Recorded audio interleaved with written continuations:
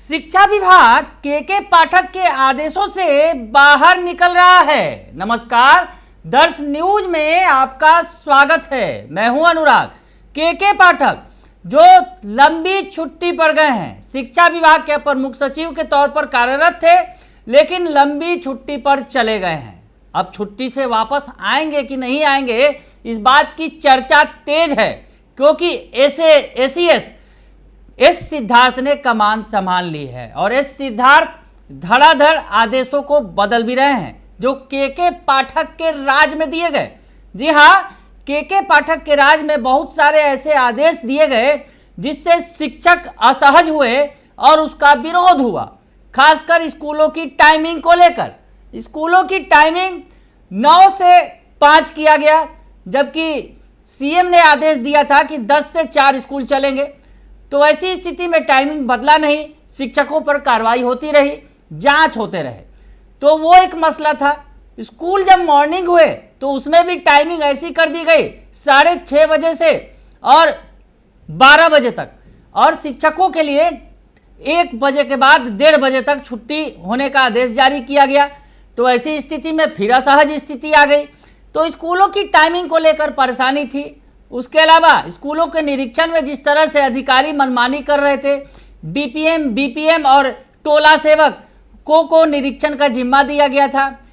और अब जो है ये जो बीपीएम, डीपीएम और टोला सेवक है, मनमानी कर रहे थे, शिक्षकों से वसूली की जा रही थी, मनमाना वसूली हो रहा था।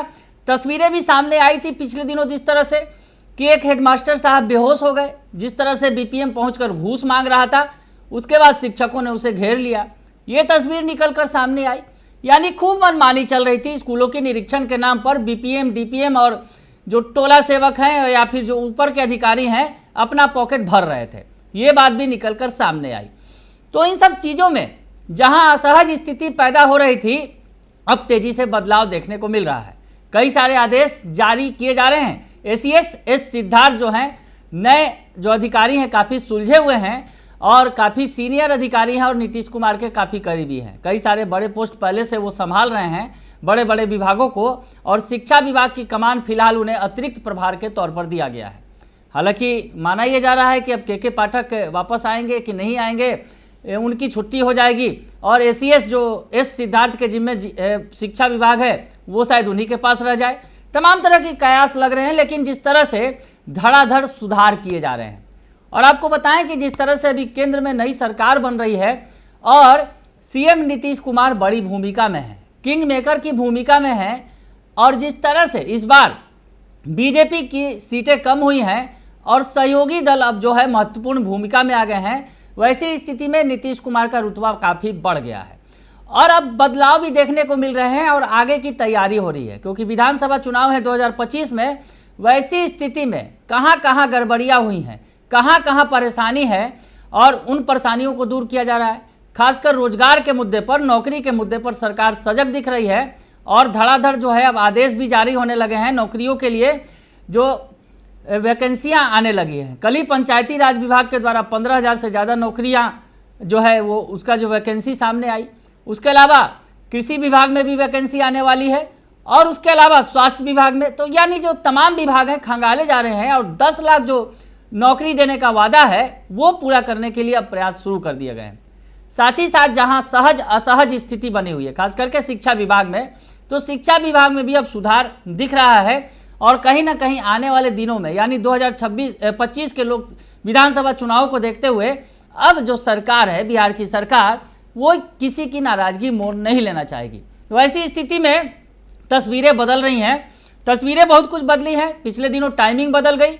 नए एसीएस जो आए एस सिद्धार्थ, उन्होंने टाइमिंग बदली स्कूल की। 6:30 बजे से लेकर 11:30 का टाइम सेट किया और 11:30 से 12:10 तक मिड डे मील बच्चों को खिलाने के लिए कहा गया। तो ऐसी स्थिति में टाइमिंग जरूर बदले। हालांकि इसमें भी कुछ ना कुछ जो है आपत्तियां हैं, लेकिन उन्हें दूर किया जा रहा है जो आपत्ति है।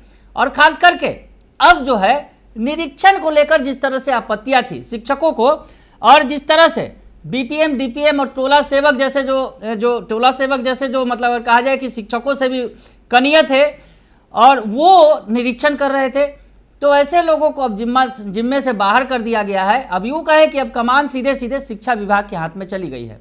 जी हाँ, शिक्षा विभाग में अब जो शिक्षा विभाग के अधिकारी हैं, मुख्यालय स्तर के अधिकारी, अब वो इसकी कमान संभालेंगे। यानी अब सीधे सीधे जो स्कूलों का निरीक्षण होगा वो मुख्यालय स्तर के अधिकारी करेंगे और इसके लिए 38 अधिकारियों को अलग अलग जिम्मा दे दिया गया है, जिले आवंटित कर दिए गए हैं। हम आपको बताएं कि सचिव से लेकर निदेशक, उपनिदेशक और विशेष सचिव को ये जिम्मा दे दिया गया है और अब एक सप्ताह में एक अधिकारी सिर्फ 5 स्कूलों का निरीक्षण करेंगे। यानी जो जिम्मे दिए गए थे, जिस तरह से स्कूलों के धड़ाधड़ निरीक्षण हो रहे थे और निरीक्षण के दौरान असहज स्थिति पैदा हो रही थी और जो घूसखोरी की खबरें खूब तेज़ी से निकलकर सामने आ रही थी, कई जगहों से निकलकर सामने आई, जब आमने सामने हो गए अधिकारी और शिक्षक, वैसी स्थिति बहुत सारी बनी। तो अब वैसी स्थिति शायद संभवतः न देखने को मिले। उस स्थिति से यानी के पाठक के दौर से अब शिक्षा विभाग बाहर निकलता नजर आ रहा है। जो आदेश बदले जा रहे हैं और आदेश जो बदला गया है निरीक्षण को लेकर, हम आपको बताएं कि 38 अधिकारियों को आवंटित कर दिए गए हैं जिले, जिसमें सचिव से लेकर निदेशक, उपनिदेशक, विशेष सचिव को भी जिम्मा दिया गया है। और 3 माह के लिए जो ये आवंटन किया गया है इन अधिकारियों को कि 3 माह तक जो जिस जिले का जिम्मा उन्हें दिया गया है उस जिले में वो निरीक्षण करेंगे और निरीक्षण के बाद जो है मुख्यालय को वो रिपोर्ट सौंपेंगे और निरीक्षित पदाधिकारी को स्वतंत्र होकर जो है वो निरीक्षण करेंगे।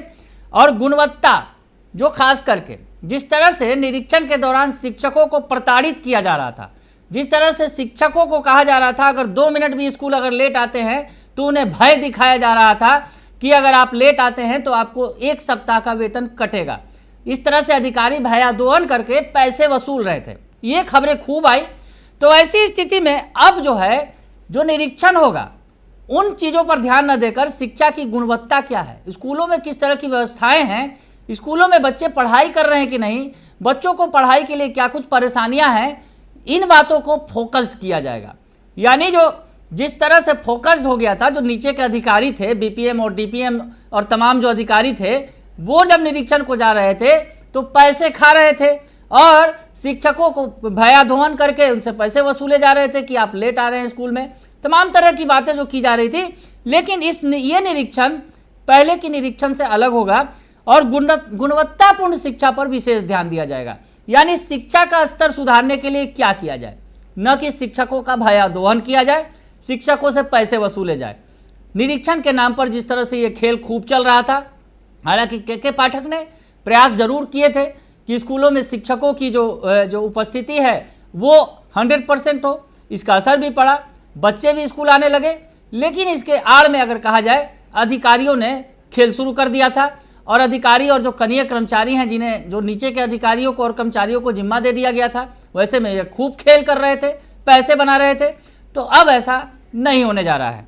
हम आपको बताएं कि जिस तरह से एक और भी खुशखबरी है, वो भी बता देंगे आपको कि क्या कुछ किया गया है शिक्षकों के लिए। लेकिन निरीक्षण के संबंध में बात हो रही है, तो निरीक्षण में जैसा कि आपने बताया कि 38 अधिकारियों को शिक्षा विभाग के जो मुख्यालय स्तर के अधिकारी हैं उन्हें ये जिम्मा दिया गया है और वो हर एक सप्ताह में 5-5 स्कूलों का निरीक्षण करेंगे और उसके बाद शिक्षा विभाग के पोर्टल पर इसे अपडेट किया जाएगा। यानी निरीक्षण होगा एक प्रक्रिया के तहत। निरीक्षण जरूरी है क्योंकि अगर कोई भी अगर मनमानी करता है तो उस पर लगाम लगाने के लिए निरीक्षण जरूरी है। लेकिन निरीक्षण की भी एक प्रक्रिया होनी चाहिए और निरीक्षण का भी एक दायरा होना चाहिए। तो इस निरीक्षण को अब दायरे में बांधा गया है, जैसा कि दिख रहा है, जैसा कि नए एसीएस ने अब प्रयास किया है, जैसा कि अब नए एसीएस एस सिद्धार्थ ने आदेश दिया है। अब आपको हम बताएं कि जो थोड़ा विस्तार से कि शिक्षा विभाग ने सभी 38 जिलों में अफसरों को कमान सौंप दी गई है। प्रत्येक अफसर 3 माह के लिए जिम्मा उन्हें दिया गया है। हर सप्ताह करेंगे, कम से कम वो 5 विद्यालयों का निरीक्षण करेंगे। तो आपको बताएं कि ये जो दिया गया है जिम्मा, हम जल्दी में बता देते हैं कुछ अधिकारियों का नाम जिन्हें वो जिम्मा दिया गया है। शिक्षकों में अब जो फोकस किया जा रहा है, जो निरीक्षण के दौरान जो विद्यालयों के पर फोकस किया जाएगा कि निरीक्षण में क्या कुछ जरूरी है, तो रिपोर्ट अपलोड करना है। और इसमें जो है स्कूलों की संपूर्ण गतिविधि कि स्कूल में जो अगर निरीक्षण करते हैं अधिकारी तो वहाँ की क्या गतिविधियाँ हैं, किस तरह से पढ़ाई की जा रही है, बच्चों को क्या ज़रूरत है। जैसा कि हमने कहा कि निरीक्षण में जो शिक्षण कार्य की गुणवत्ता और अन्य सभी गतिविधियों पर फोकस करने को कहा गया है। यानी शिक्षण कार्य में गुणवत्ता ये सबसे ज़रूरी है और इस पर फोकस करना है निरीक्षण कर्मियों को, न कि शिक्षक 2 मिनट लेट आ रहे हैं, 5 मिनट लेट आ रहे हैं तो उनका वेतन काट लेना है। ऐसा नहीं है।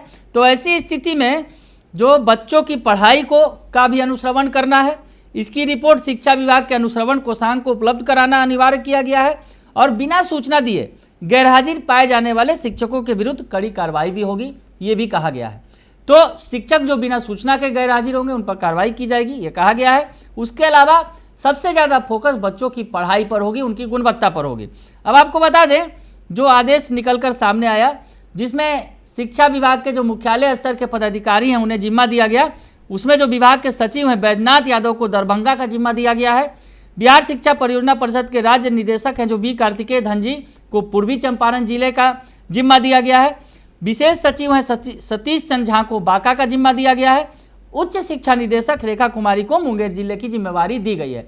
यानी जो तमाम शिक्षा विभाग के अधिकारी हैं, जो वरीय अधिकारी हैं या फिर उनके नीचे के अधिकारी हैं, उन्हें जिम्मा दिया गया है। तो बैजनाथ यादव जो काफ़ी सीनियर जो अधिकारी हैं उनको दरभंगा का जिम्मा दिया गया है। बी कार्तिकेय धनजी जो हैं परियोजना निदेशक हैं, उन्हें IAS अधिकारी हैं, उन्हें पूर्वी चंपारण का जिम्मा दिया गया है। विशेष सचिव सतीश चंद्र झा को बांका का और जो उच्च शिक्षा निदेशक हैं रेखा कुमारी उन्हें मुंगेर का जिम्मा दिया गया है। उसके अलावा जो प्राथमिक शिक्षा निदेशक हैं मिथिलेश मिश्र को बक्सर का, शोध एवं प्रशिक्षण निदेशक सज्जन आर को सुपौल का, अपर सचिव संजय कुमार को नवादा का, बिहार राज्य पाठ्य पुस्तक निगम के प्रबंध निदेशक सनी सिन्हा को बेगूसराय का, निदेशक प्रशासन व अपर सचिव सुबोध कुमार चौधरी को सारण जिले की जिम्मेवारी दी गई है। वही जन शिक्षा निदेशक अनिल कुमार को समस्तीपुर, माध्यमिक शिक्षा के उप निदेशक अब्दुल सलाम को अंसारी को रोहतास, आशुतोष कुमार को वैशाली, डॉक्टर विमल कुमार को मधुबनी, उच्च शिक्षा के उप निदेशक नसीम मोहम्मद को पूर्णिया, उच्च शिक्षा के उप निदेशक डॉक्टर दीपक कुमार सिंह को सिवान, उच्च शिक्षा के उप निदेशक दिवेश कुमार चौधरी को पटना जिले की जिम्मेवारी दी गई है। इसके अलावा भी तमाम जिलों में अधिकारियों की तैनाती की गई है, यानी 38 जिले और 38 अधिकारी। इन 38 अधिकारियों के हाथों में ही कमान होगी और 38 अधिकारी जो है इन 38 जिलों की रूपरेखा तय करेंगे कि वहाँ शिक्षा के क्या हालात हैं, स्कूलों में किस तरह से पढ़ाई हो रही है और क्या ज़रूरत है, शिक्षक समय पर आ रहे हैं कि नहीं आ रहे हैं, शिक्षक पढ़ा रहे हैं कि नहीं पढ़ा रहे हैं, इन तमाम बातों की जांच की जाएगी।